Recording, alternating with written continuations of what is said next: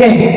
So tajuk kita hari ni adalah kaya dengan emas. Tuan-puan, ada satu kata-kata ni dia cakap, kalau kita mau tahu seseorang tu punya masa depan, tengok di mana dia spend masa ketika orang lain sedang berehat. Saya suka kata-kata ni sebab saya rasa real dan juga waktu weekend ni adalah waktu yang paling best sekali berehat. Betul kan? Inilah masa kita spend dengan anak cucu, inilah spend dengan pasangan, kita mau pergi outing, mau pergi selesaikan beli barang rumah yang selama ni seminggu sudah habis. Inilah masa untuk kita guling-guling atas katil, semualah. Tapi kalau online boleh tahan lagi.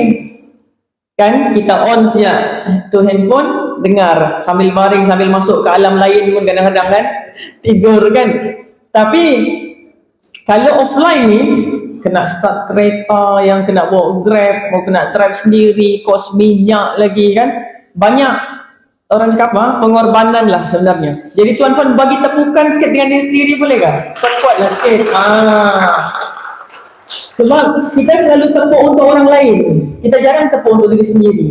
Sedangkan kita kena selalu appreciate bahawa setiap hari ni banyak kejayaan-kejayaan kecil yang kita berjaya buat kan, termasuklah datang ke kelas hari. Jadi tuan-tuan kalau ada kemampuan tulis nota, bawa buku, tulis dalam handphone ke, ambil peluang. Sebab ilmu ni kalau kita dah ikat dia lari lebih cepat daripada kuda liar. Kuda liar kan kalau kita letak depan rumah 5 minit dia hilang sudah.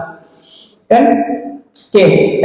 So tuan-tuan kalau nampak kami yang pakai baju biru kan, kami daripada tim G100 dan juga 5G bawah bimbingan Tuan Zulkifli Syafi'i, mentor yang ada network lebih 600,000 lah dalam simpanan emas public gold ni.